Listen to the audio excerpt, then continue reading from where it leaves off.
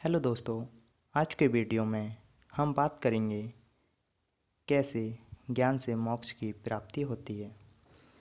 गौतम बुद्ध की इस कहानी में हम ज्ञान से हुई मोक्ष की प्राप्ति के बारे में बताएंगे।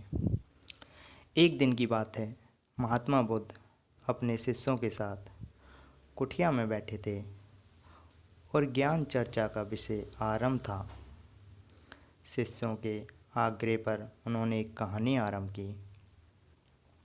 समीर नाम का एक जल्लाद मगध राजा महल के पीछे बने कस्बे में रहता था। वह मगध साम्राज्य का प्रमुख जल्लाद था। उसका सारा जीवन दोषियों को फांसी देने में बीत गया। अब वह लगभग 60 वर्ष की आयु का हो गया था। समीर अब राजकीय सेवा से मुक्त हो चुका था और अपना अंतिम जीवन अपने घर में व्यतीत करता था। अपने जीवन काल में किए गए सभी घटनाओं को याद करता और पश्चाताप करता। मेरे हाथों इतने जीवों की हत्या हुई, यही सोच विचार करते हुए वह नहा धोकर तैयार हुआ।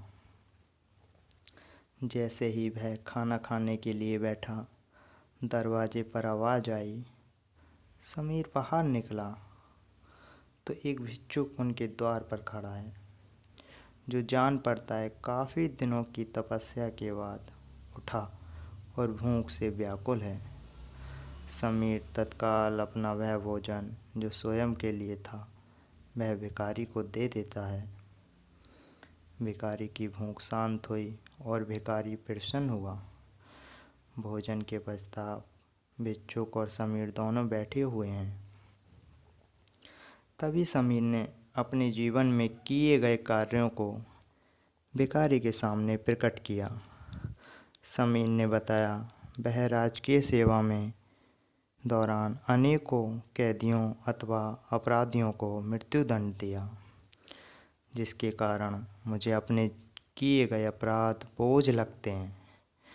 भिक्षुक बड़े ही शांत चित्त भाव से समीर की बातों को सुन रहे थे और देखकर मुस्कुरा रहे थे।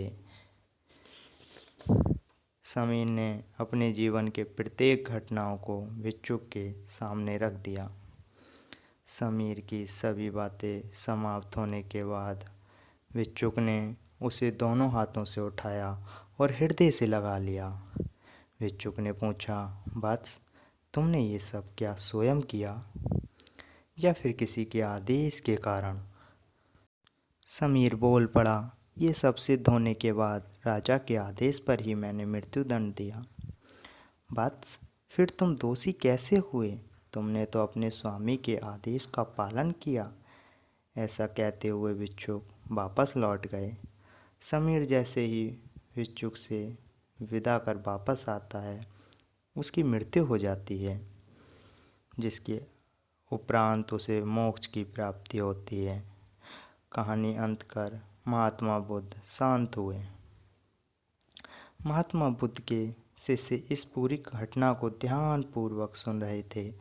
उन्होंने महात्मा बुद्ध से पूछा, जिसने जीवन भर अनेकों हत्याएं की, वह मोक्ष कैसे प्राप्त कर सकता है? महात्मा बुद्ध मुस्कुराकर और अपने शिष्यों को समस्या जिसने पहली बार ज्ञान की प्राप्त की हो, अंत समय जिसका निकट हो और ज्ञान के शब्द उसके कानों में पड़े हों, वह मोक्ष की प्राप्ति कर लेता है।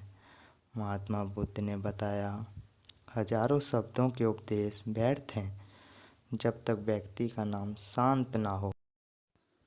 जब तक व्यक्ति का मन शांत ना हो, मन शांत होने पर एक शब्द से भी ज्ञान प्राप्त हो सकता है और ज्ञान से ही मोक्ष की प्राप्ति संभव है।